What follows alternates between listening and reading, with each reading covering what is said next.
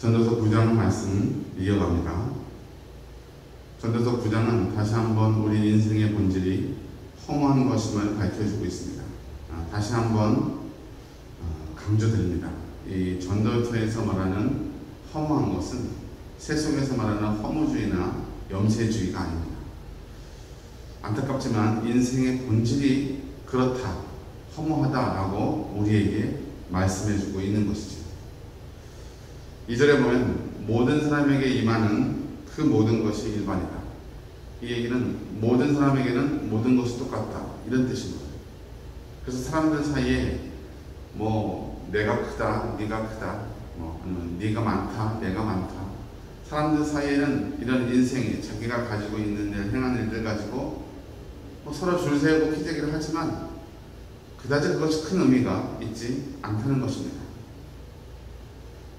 해 아래서라고 표현되는 이 땅 위의 존재, 이 땅 위의 속성은 그렇게 다 사라지고 쓰러지는 것들 뿐이어서 그 허무한 본질을 벗어날 수 없는 것이죠. 빠른 경주자라고 해서 빨리 도착하는 것도 아니고, 지혜가 있다고 해서 재물을 많이 얻는 것도 아니고, 용사라고 해서 매번 전쟁에 승리하는 것도 아니라는 것입니다.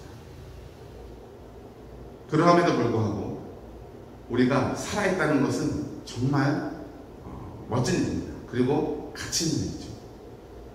산자의 땅에 거하는 것, 바로 그것이 복된 일이기 때문입니다. 죽은 사자보다 산 개가 낫다, 이렇게 표현하는 거죠.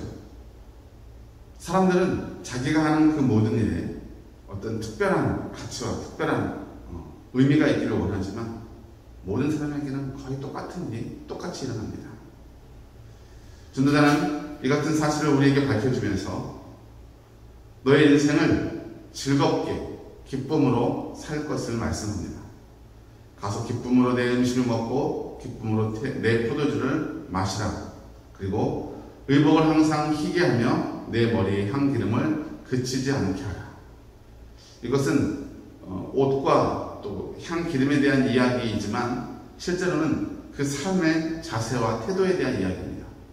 옷을 항상 희게 하기 위해서는 그것을 빨고 또 관리하고 또 잘 입으려면 노력해야 되는 거죠. 또 향기름으로 머리에 바르는 것도 부지런함으로 치장해야 하는 것입니다. 우리가 구원받을 때 의의 세마포 옷을 입게 된다고 하는데 그 의의 세마포 옷이 무엇입니까? 그것은 성도들의 옳은 행실이라고 계시록에서 우리에게 말씀해 주시는 것 같이 이것은 옷과 향기름을 가지고 표현한 것이지만 우리의 삶의 자세와 삶의 태도를 이야기하는 것이죠. 허무한 속성을 가진 우리의 삶이지만 그것을 최선을 다해서 가꾸고 사랑하며 살아낼 때에 하나님이 허망한 이 삶 가운데서도 허락하신 그 인생의 낙을 비로소 누릴 수 있다는 것입니다.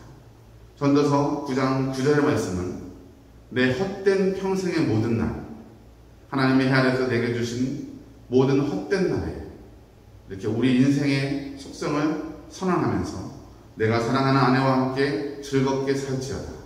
이것이 내가 평생에 해 아래서 수고하고 얻은 내 몫입니다. 아멘. 내 손이 이를 얻는 대로 힘 다하여 할지어다. 수고하고 땀 흘리는 일이 죽음 이후에는 허락되지 않는다고 말씀하고 있는 것입니다. 하나님께서는 우리에게 허망하지만 이 인생 속에서 나름대로의 그 기쁨과 낙을 누리길 원하시고 그 복된 삶 가운데 영원한 삶으로 나아갈 수 있는 기회를 우리에게 주시길 원한다는 것이죠. 이것이 우리가 이 땅에 살아가면서 하나님의 은혜 가운데 그 구원의 복을 얻기 위해 노력하는 이유입니다. 9장 후반부는 지혜에 대한 이야기인데 조금은 안타까운 얘기죠.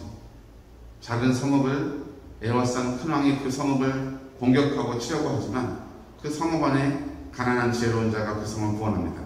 하지만 그의 가난함 때문에 사람들 속에서 잊혀져 버린다는 거죠.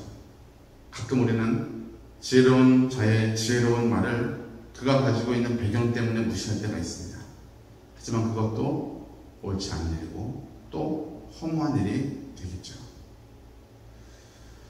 오늘도 우리는 반복되어 온 우리 인생의 날을 또 살게 될 것입니다. 하지만 그 반복되어 온 헛된 날, 허무한 이 인생의 본질 속에서 그래도 오늘 하루가 의미 있기 위해서 우리는 열심히 일하고 또 열심히 살아내야 할 것입니다. 오늘도 주님과 동행하시고 주님과의 관계 속에서 삶의 참된 의미와 가치를 발견하시는 복된 성도님들 되시길 주의 이름으로 축복합니다.